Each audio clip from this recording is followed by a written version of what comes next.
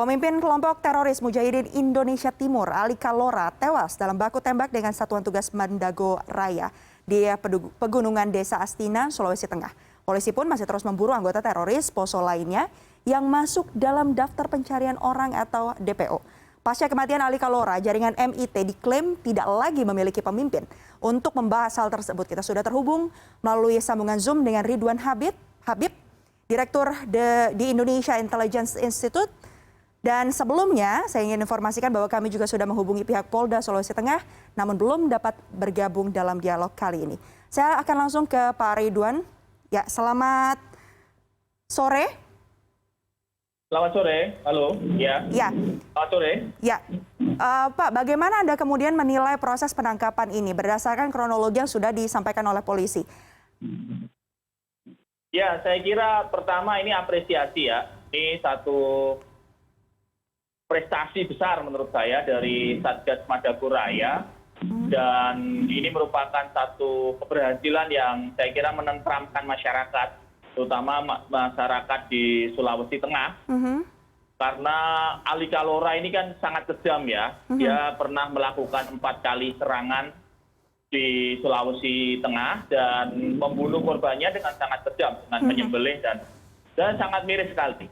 Jadi saya kira operasi bersama antara Satgas Mandago Raya dengan Polri dan TNI yang sangat sinergis, ini menurut saya sangat baik dan patut diapresiasi. Kita perlu berterima kasih atas upaya maksimal dari aparat keamanan di lapangan itu.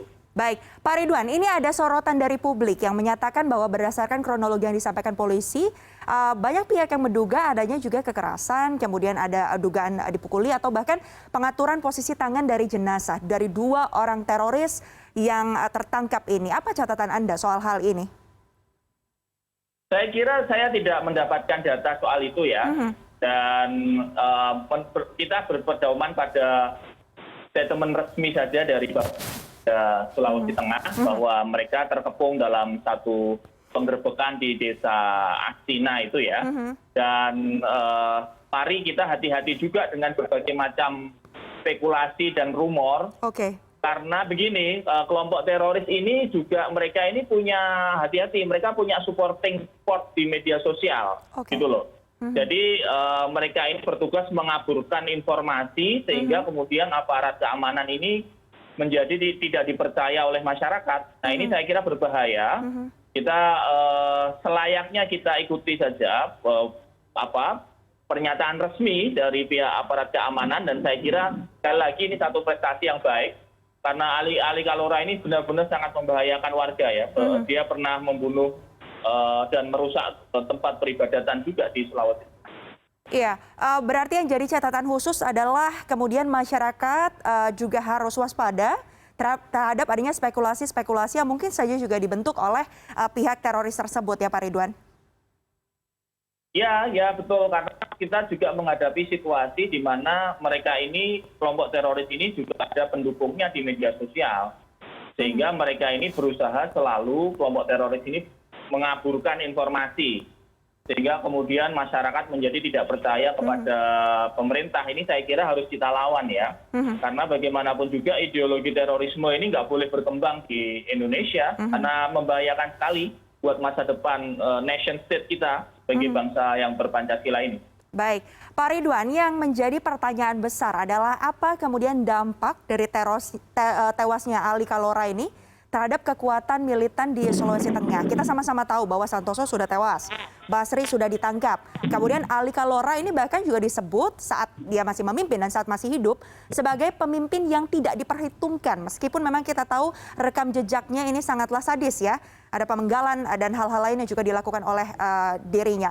Apa kemudian dampaknya kematian Ali Kalora ini atau tewasnya Ali Kalora ini terhadap kekuatan kelompok militan yang ada di Sulawesi Tengah terutama MIT? Saya hari ini ya, saya kira. Ya, Pak Ridwan. Baik, bisa disampaikan lagi Pak Ridwan?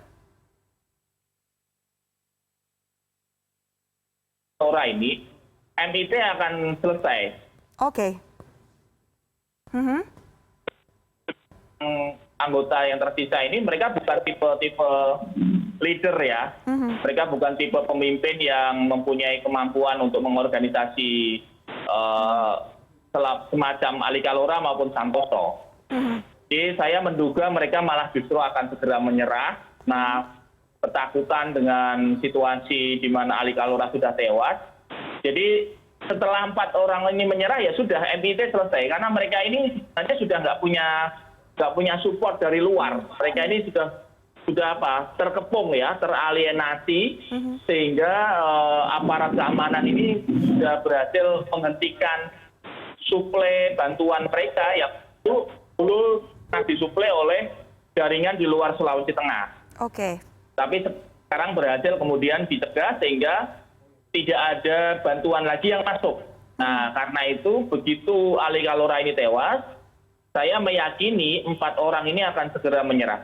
Oke, berarti dari daftar yang saat ini masih terus dikejar pun tidak ada satu nama yang berpotensi untuk menjadi pemimpin baru dari MIT pasca tewasnya Ali Kalora. Saya meyakini begitu. Saya meyakini ini adalah akhir dari MIT dan setelah 4 orang ini nanti tertangkap ataupun menyerah, maka tidak ada lagi MIT di Sulawesi Tengah. Karena mereka juga sebenarnya sekali lagi sudah tidak punya support. Dulu di era Santoso tahun 2015, tahun 2016, mereka support oleh Ansarud Daulah dari Jawa dan dari NTB. Tetapi setelah Santoso tewas, itu berhenti. Nah, pada saat Ali Kalora memimpin, support itu juga nggak bisa masuk. Mereka ditangkap ketika mau masuk ke hutan, ditangkap oleh aparat keamanan yang beroperasi di sana.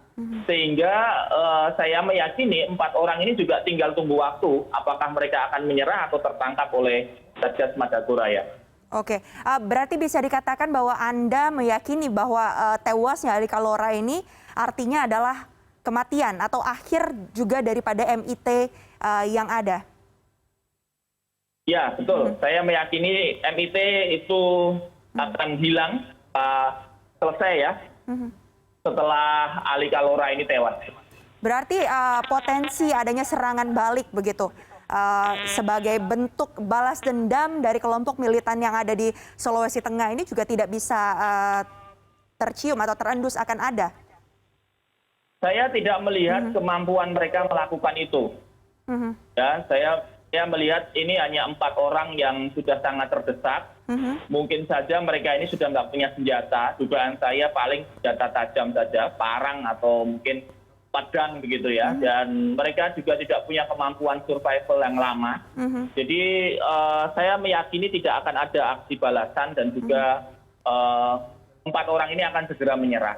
Baik, Pak Ridwan, yang kita ketahui bahwa dalam kejadian yang terjadi kemarin pada 18 September, Ali Kalora tidak tewas sendiri, namun ada juga satu nama yakni Ikrimah atau nama lengkapnya adalah Jaka Ramadan, yang awalnya berdasarkan data ini merupakan relawan yang datang ke sana kemudian akhirnya bergabung dengan MIT.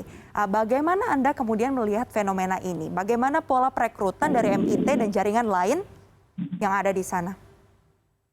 Ya, kelompok JAD atau Jamaah Ansarud Daulah itu memang membuat semacam cover atau lembaga kedok dengan prinsip misalnya relawan kemanusiaan. Relawan kemanusiaan banjir, relawan kemanusiaan gempa bumi. Itu memudahkan mereka bergerak, juga menyamarkan ketika mereka misalnya mau membawa logistik. Apakah logistik itu berupa senjata, mereka sembunyikan di karung-karung beras misalnya. Itu memang salah satu modus mereka.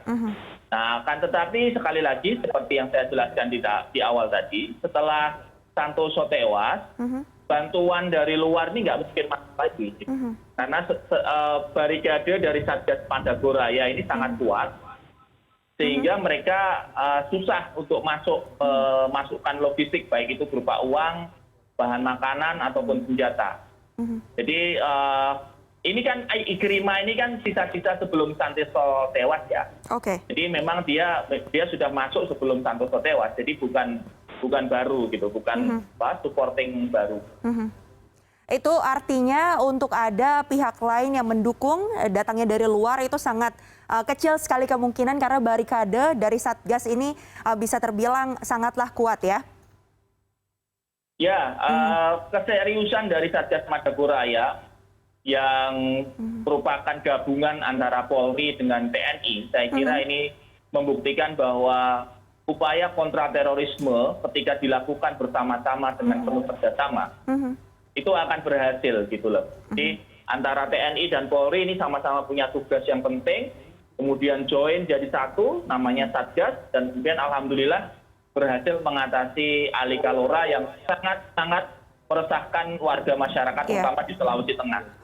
Karena kita tahu juga Ali Kalora ini sistem gerilyanya masuk ke dalam kawasan permukiman ya, ada di hutan-hutan, kemudian ada juga di kebun-kebun milik warga.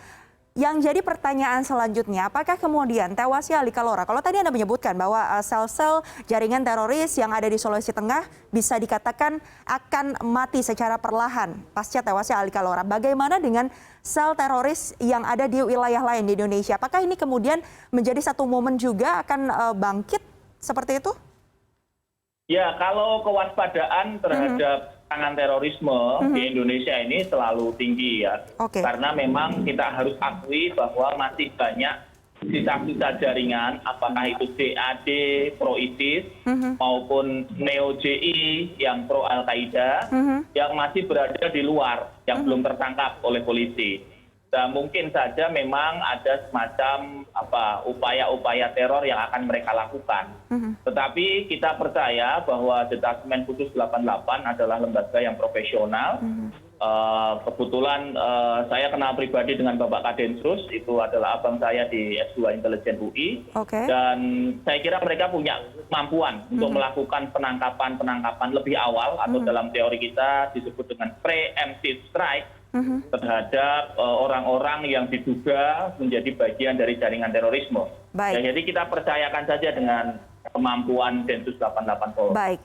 Pak Ridwan, artinya kewaspadaan akan terus terjaga dan akan terus optimal dalam proses penanganan terorisme yang ada di Indonesia. Bicara soal terorisme, yang juga lekat adalah yang namanya deradikalisasi. Nah, menurut Anda ini terakhir, apa yang kemudian belum optimal dan sebaiknya diperbaiki dalam proses deradikalisasi oleh pemerintah Indonesia? Ya, problem utama deradikalisasi itu adalah kemampuan negara untuk terus membersamai para mantan narapidana teroris. Biasanya mereka ini bisa dibersamai sekitar 1 tahun setelah keluar dari penjara. Tetapi setelah 1 tahun itu mungkin karena banyak sekali permasalahan ya, misalnya kurang dana atau kurang personil, atau personil yang ditugaskan itu berpindah jabatan misalnya, kemudian mereka kemudian seolah-olah nggak kontak lagi gitu, nggak terupdate lagi dengan pemerintah. Nah, ini yang biasanya menjadi celah di mana mereka kemudian bisa bergabung dengan jaringan lamanya. Kembali lagi ya Pak Ridwan. Karena itu saya kira proses deradikalisasi ini harus terus ditingkatkan, salah satunya dengan cara melibatkan semua stakeholder. Tidak hanya BNPT, tapi juga Kementerian Agama, Kementerian Sosial, sebagai bagian dari bentuk memberikan bantuan usaha kepada para mantan narapidana teroris ini, supaya mereka mempunyai dukungan finansial sehingga tidak kembali pada jaringan mereka. Baik, terima kasih banyak atas pemaparannya Bapak Ridwan Habib, sudah bergabung bersama kami sore hari ini di CNN Indonesia Newsroom. Sehat selalu Pak. Ya, selalu, makasih.